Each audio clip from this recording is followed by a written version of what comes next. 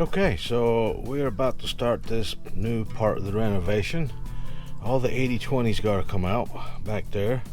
That water tank is going away, it's gone bye-bye. The new water tank is going over that wheel well right there. So all that stuff's got to come out. The electrical right there is now going to be along this side. And that is going to be blocked in there. So everything in the middle will be for storage, and the bed's going to be higher. So that is where we're at today. So let's get cracking.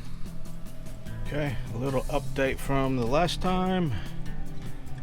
The bed is going in after I do the over the wheel arch water tank. So all the 80/20 is gone from this area right now. All that conduit and stuff I had to tear out from under the bed. That's why it looks so nasty right now.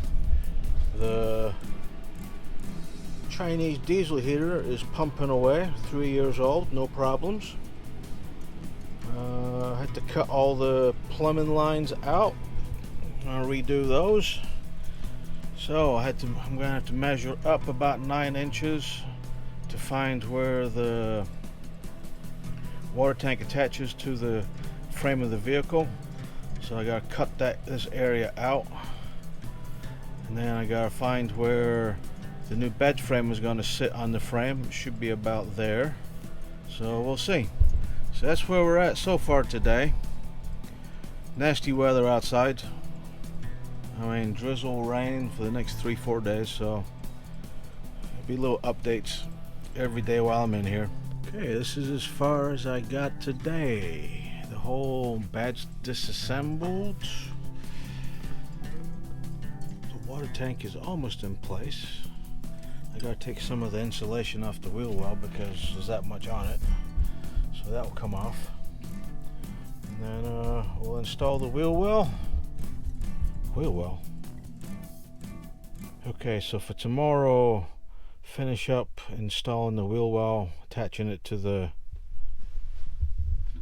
beam right there, and then along that metal bar in the van, both sides, I'll start putting the Ikea bed braces up.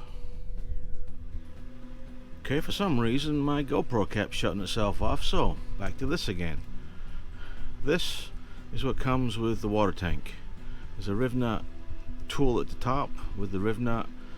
Thread a bolt through it, put it in the wall, use the tool, tighten it up, and hopefully you'll have a secure rivet to secure the water tank. So wish me luck, here we go.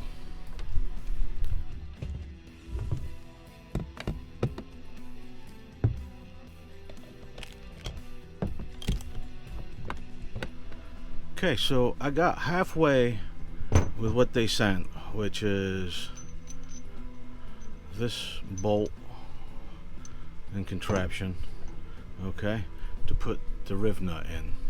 I got about halfway through with that, and I decided, screw it, let's use the actual real tool, a rivet tool, and no more busted knuckles. So if you're gonna do this and you've got a rivet tool, use it, because that is garbage. It's free though, so good on them. Yeah, something was up with the molding, because that 4th screw will not line up no matter what I do. So that is in there. Side brackets are mounted. All I gotta do now is mount them to the floor, and we're halfway with the water tank installation. Okay, so I got the first Ikea frame rail attachment mounted on that side. On this side I'm going to do the same, and we'll see how we get along. Okay, all the mounting hardware this side is installed. A couple rivets went wonky, so there's 2 2 bolts in every attachment. Might not be the same each one, but that's what happens when the riv nuts go crazy. Okay, so all the bed slats are in. It took a couple days to do. When I say that, I mean the water tank used to be in the middle. Now the water tank is over the wheel well. All the electrics are in a mess in the middle right now. They will be tidied up and placed on this side. And that is the hot water heater and diesel heater on that side. That side there is where the cold water pump will be at. And yeah, that's a big difference. Yeah, way different. 12-inch. The bed's 12 inches higher. And we're going to have all that extra space in the middle for storage. Really wish we'd done this to start with, but okay, so like I said previous, these are Ikea bed slats. Okay. That is Skorva. The part number. And if you go to the store, someone told me that you actually get these for free. But we got all this on Amazon. Oh, I lie. I got the brackets on Amazon, but I actually joined Ikea and they were shipped to me. So really happy with them. But really sturdy. I mean, rock solid. So that's what we did to raise the bed. Here's another thing. Usually people only use 1, 2, and 3 of these, because at Ikea you can buy the slats that go between them to actually make a bed.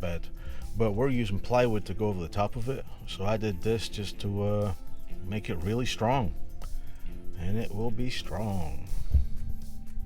So we're talking about the bed and how we made it and where we got all the parts from. We're going to use plywood to cover this. $26 for a 1/2 inch by 4 feet by 8 feet sheet of plywood. We're getting 2 of them. We only need 6 feet by 6 feet, so we're looking at maybe $50 for wooden to cover that. If you would go the Ikea route, you can get the Leroy, which is the slats that goes between it, and they're about $30. You'd need 2 of them, so that's $60. So not too bad, pretty cheap when you think about it. The slats themselves, the Skorvas, as they're called, well, if you're going to order them, that's what they're called anyway. They're $15 a piece. Okay, so that's real good, real cheap. 2 of them, or 3 of them, only weigh about, we'll say 35 pounds max. Hardly anything. Really good. Like I said, $15 for that. If you buy the Skorvas at Ikea, the actual bed frame brackets are free, but you can buy them on Amazon if you can't get them through Ikea. I think they're called Impresa. Yeah, Impresas. Not too bad. They're about $15, and you get 2 sets. So $30, and you've got enough brackets for your bed. Okay. How do we bolt it to the frame? Well, we used M10 nuts. Got a bag of like 70 for $13. Can't beat that. Not too bad. Pretty strong. And we also got 40 M6 riv nuts, and that was $5. And all that is on Amazon. really happy with it all. So happy with how it looks so far. Once this rain is over, I can actually cut the wood to put it in here, and I can also cut the wood to reframe all the electrics and redo the electrics, but that'll be in a later video. Yeah, the electrics, my nightmare. Well, okay, thanks for watching. See you in the next one.